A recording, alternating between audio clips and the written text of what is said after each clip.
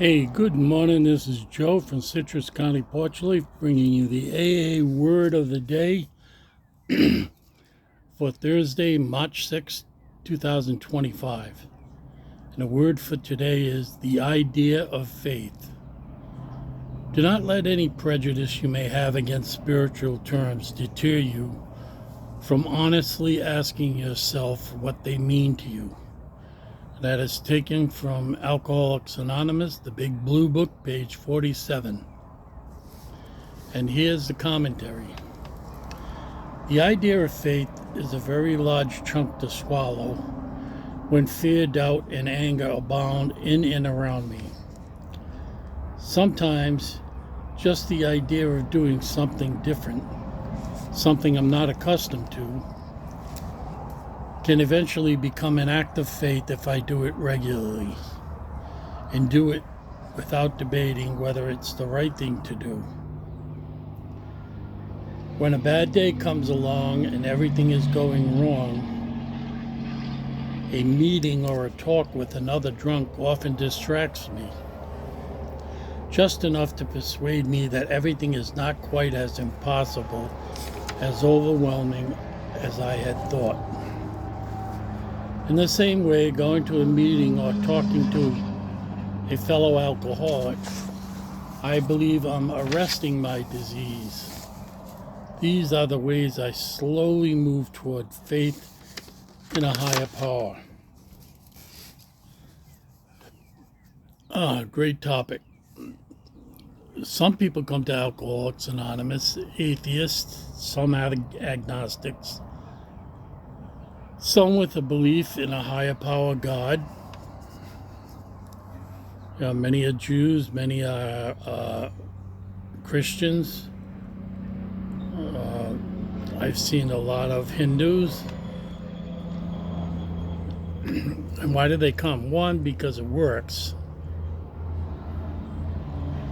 And all three have a definite idea of what a higher power is. But atheists, even if they don't believe in God, are welcome. Anybody that thinks he's an alcoholic or has a problem with drinking, whether they want to call themselves an alcoholic or not, are welcome in the doors of AA. And it's a very difficult time when you walk through those doors. You're not coming because you think it's exciting or everybody's having a good time, although most people do once they get into AA. Maybe you're court ordered. Maybe it's an ultimatum from your spouse. Either go to AA or get out of the house. Maybe your kids are turning away from you. Maybe it's one of the social agencies at work that take care of these kind of issues, and they're telling you better go to AA or you won't have a job. It could be a million of reasons why you're going there, and it doesn't necessarily mean when you walk through the door that you think a higher power can relieve you of your alcoholism. It's been going on for a while, caused you a lot of damage. You would rather not have that damage, and you can't seem to get out of the rut. That's exactly how I felt. I wasn't in legal jeopardy, but I was destroying my body. And, they say all that's left are jails, institutions, and death. And with three of my brothers, I saw that to be very true. So you come in hesitantly, and you see that actually people are having a good time. They're friends with each other. Not at first. I was very hesitant. I was overwhelmed with the number of people that came up and introduced themselves to me. You got, say like you got 150 people, and all the ones that are really friendly come up. Say 75 people say, Hey Joe, I'm Bill. Hey Joe, I'm Mary. Hey Joe, I'm. And it's like, oh, I don't want to come back next week. I don't remember a single one of their names. That's how I felt. And they've been so nice to me, calling by my first name, and that's the way it is, because you're walking in on an existing meeting. But I'll tell you, I got to know everybody at my big meeting that I went to.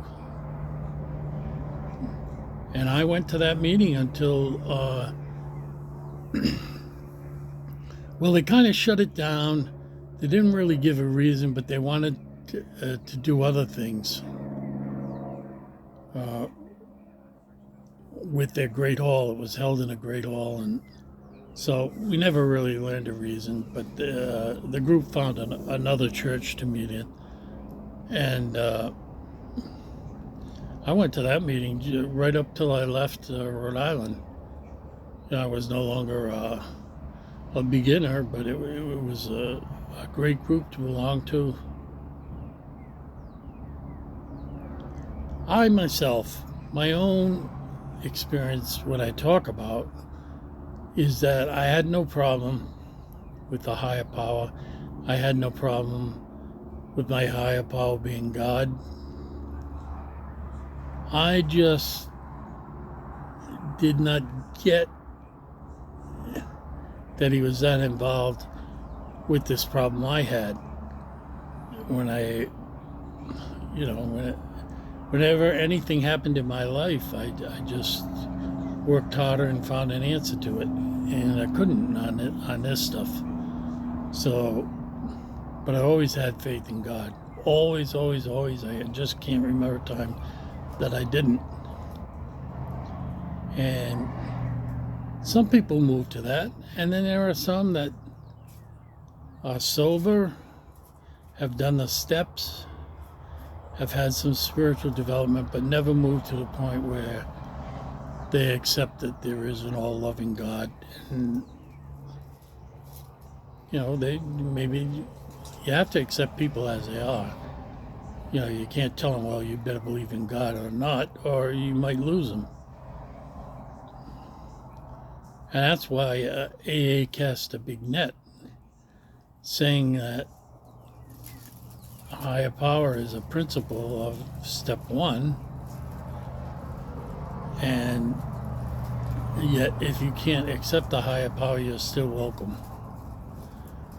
We want you, and we want you to get better.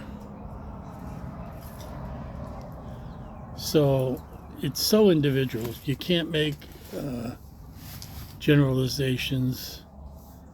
Although some groups have been more liberal than others, but I'm worried about myself and how I stand with God and how God helps me, so I don't get too involved in whether a person believes that a higher power is God. It is for me, and it's sufficient proof of what he's done in my life that he exists. So that's my take on it. And I try to work my Christianity into my recovery. And there are a lot of people that do that. There are a lot of people that don't. And I'm not going to be the one to tell them that they don't have a true recovery and get out the door. You're wasting our time. No, we welcome them in. So God bless you all. Have a safe and sober Thursday, and we will see you tomorrow.